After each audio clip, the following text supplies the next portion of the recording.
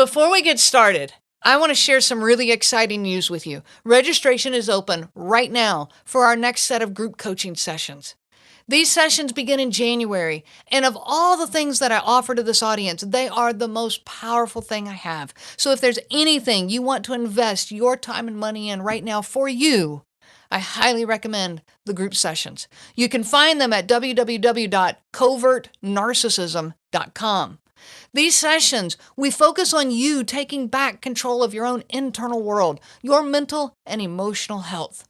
We don't focus on whether you leave or stay because you know what? Either way, you need to be a healthier person. You need to be a more peaceful person. So this is about you taking charge of that part of your life and of who you are, putting the remote control to your happiness back in your pocket.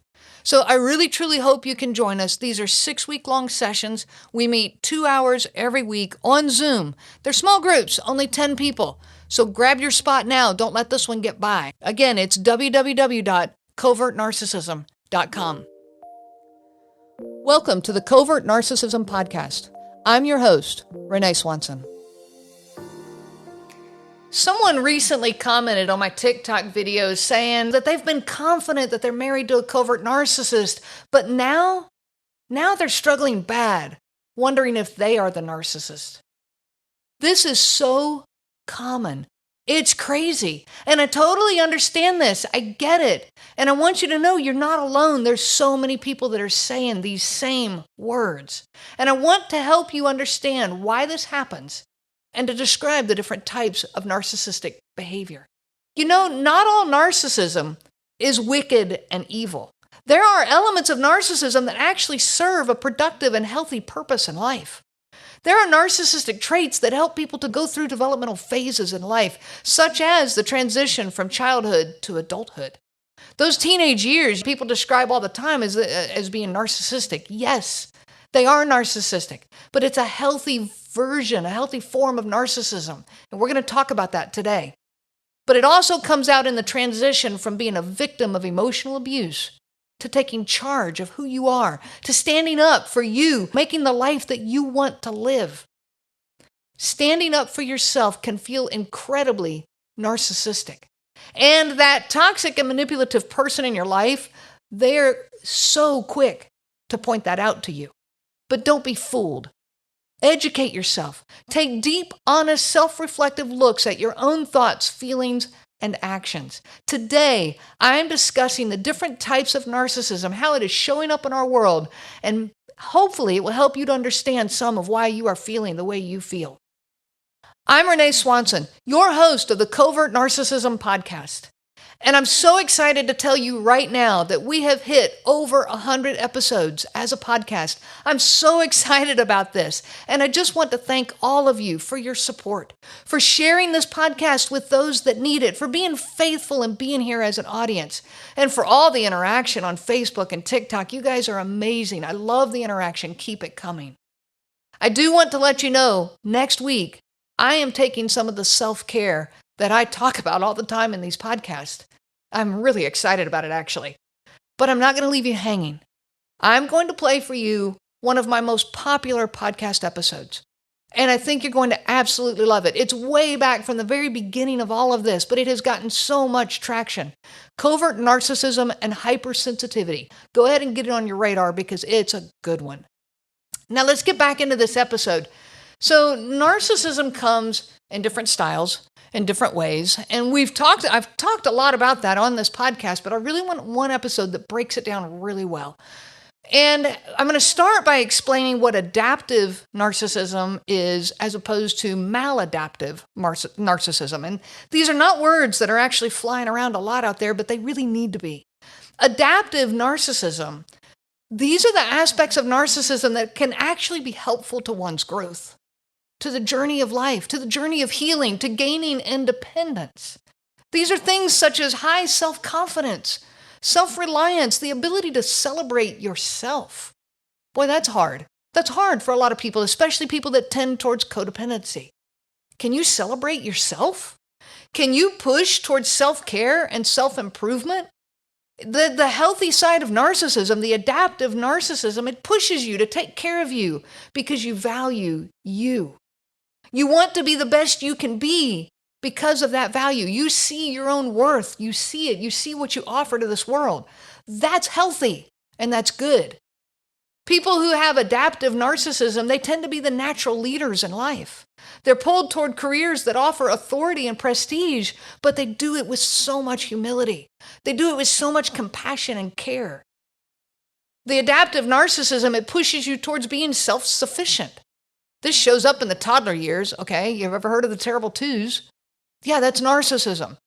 But it's a developmental phase of healthy narcissism. The teenage years, I've already mentioned that.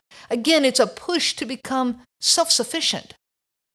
And I'm going to tell you right now, self-sufficiency is not something that the narcissist in your life wants you to be. Another way that the adaptive narcissism shows up is in that transition out of an abusive relationship into more self-reliance. This adaptive narcissism is what victims experience in their push towards self-care and even in push towards the right to matter. And it's what brings you to asking the question, am I the narcissist in this relationship? When we have a high sense of self-importance, that it gives us that necessity for the self-care. It's a focus on, some of the narcissistic traits that show up is a focus on wanting success, wanting to take care of you, wanting to be to matter in your world, wanting the people around you to see value in you. All of this. There's nothing wrong with it. But when it goes too far, it becomes maladaptive narcissism. So let's talk about what that is. Maladaptive narcissism is unproductive narcissism. The one I've just been describing, the adaptive narcissism, that's productive. But maladaptive, no. It gets in the way. It disconnects you from the people around you, and it negatively impacts how you relate to them. It actually even negatively impacts how you relate to yourself. Maladaptive narcissism is for the purpose of making others around you small, so that you can be big. Adaptive narcissism, that's not about the size of other people around you. It's just a focus on you being able to be you. You don't get healthier by making others less healthy. You work on getting healthier, and in fact, it often, with adaptive narcissism, it helps those around you to get healthier too. But with maladaptive narcissism, they use entitlement, aggression, superiority, self-importance for the purpose of controlling other people.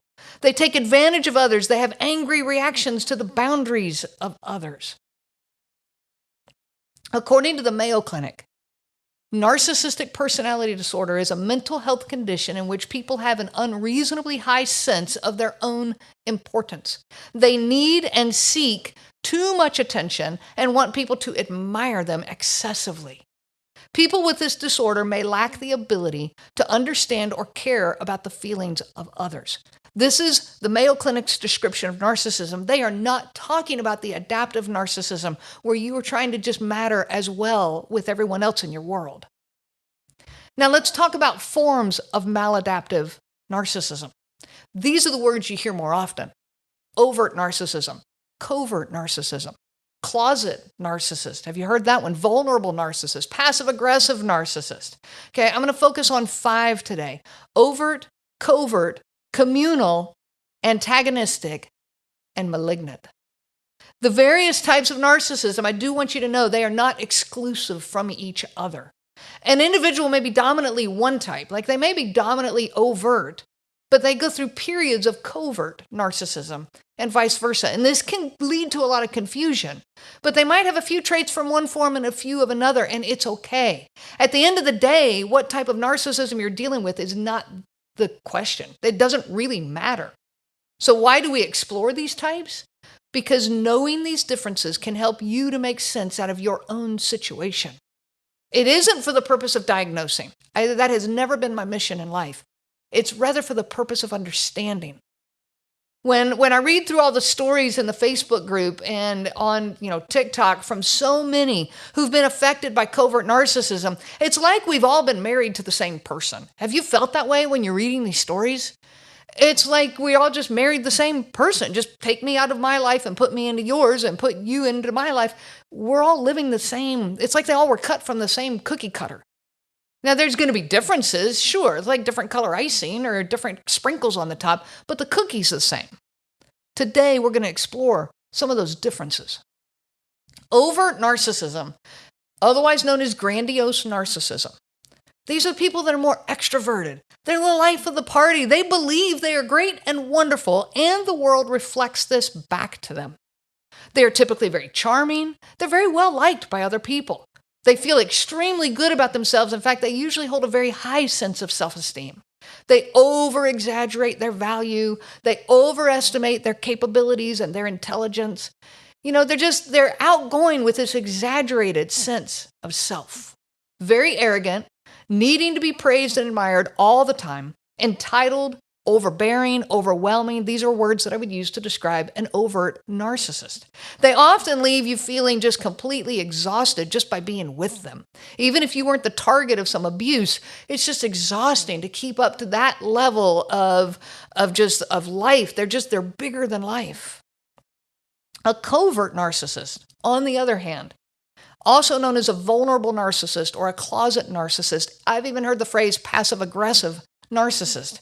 And it's very fitting, actually, because they are extremely passive-aggressive. They are not the life of the party. Rather, they are the victim of the world. Their tools are blaming, shaming, guilting, manipulating, triangulating, using your good qualities against you. And we've talked about that in some of the podcasts on codependency. They have a low sense of self-worth, causing them to crave praise and attention in order to feel better about themselves.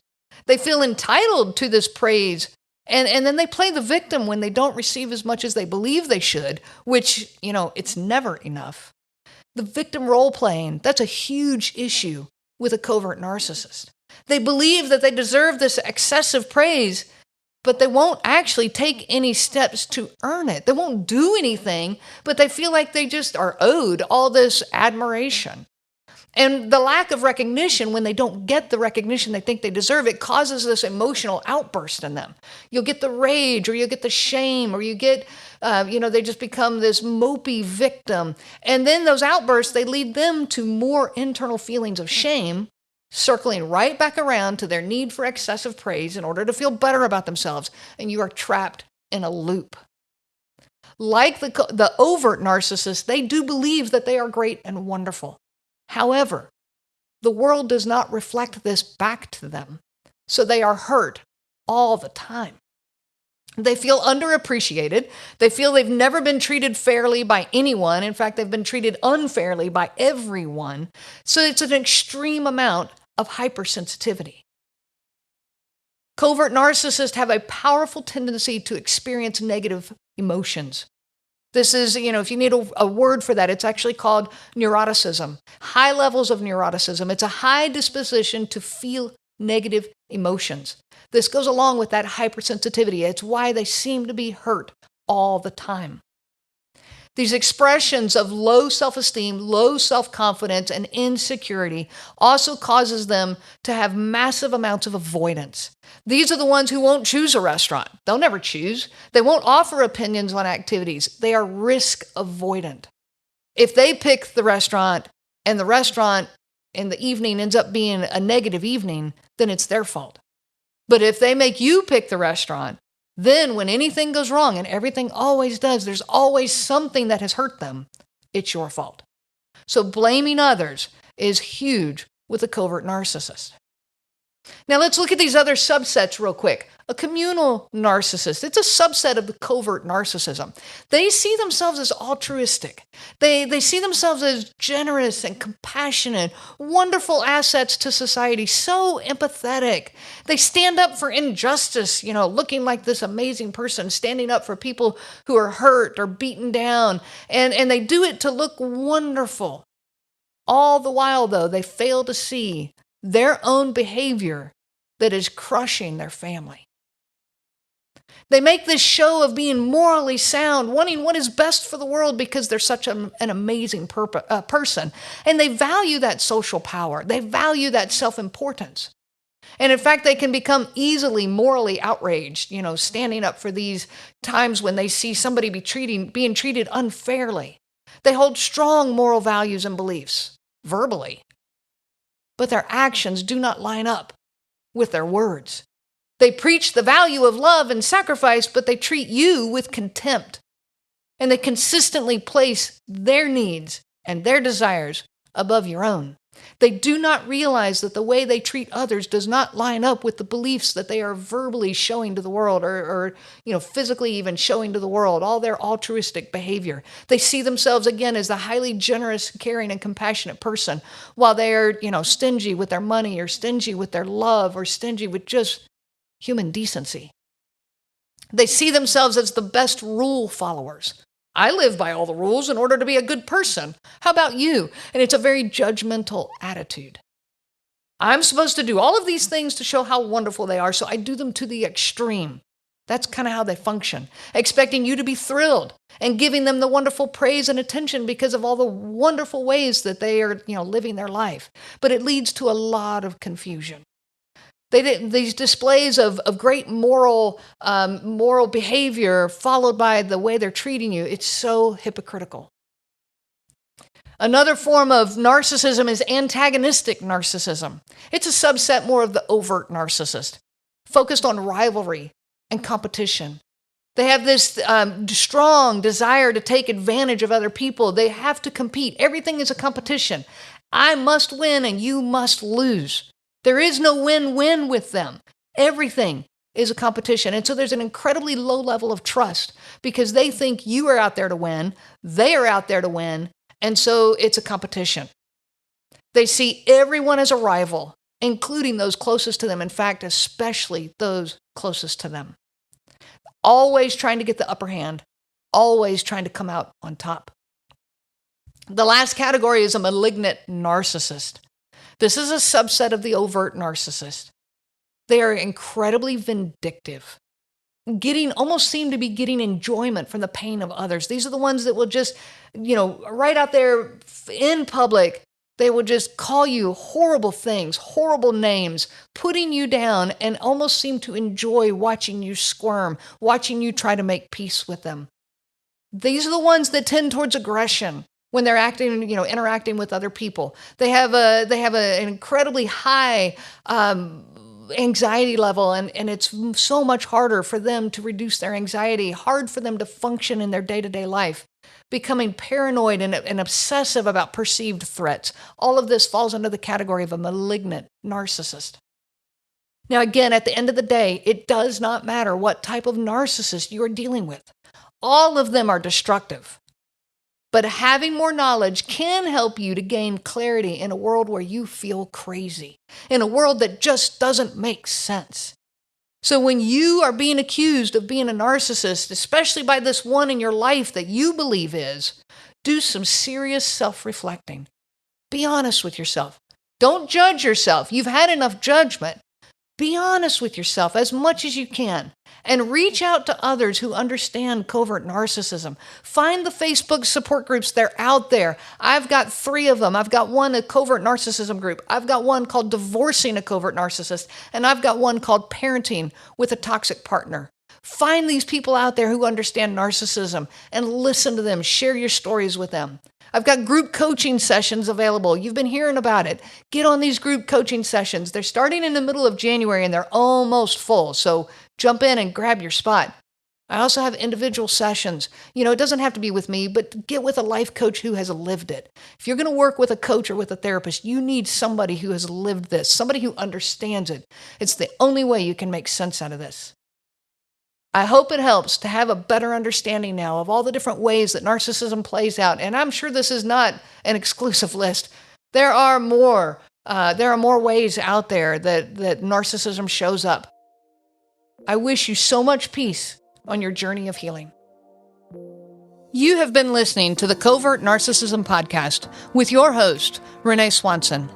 Be sure to check out our website at www.covertnarcissism.com. There you will find many resources just for you to help you on this journey. You can also reach out to me by email at Renee, RENEE, at cnglifecoaching.com. Those letters are CNG as in Covert Narcissism Group. I do look forward to hearing from you. I wish you so much peace on your journey of healing.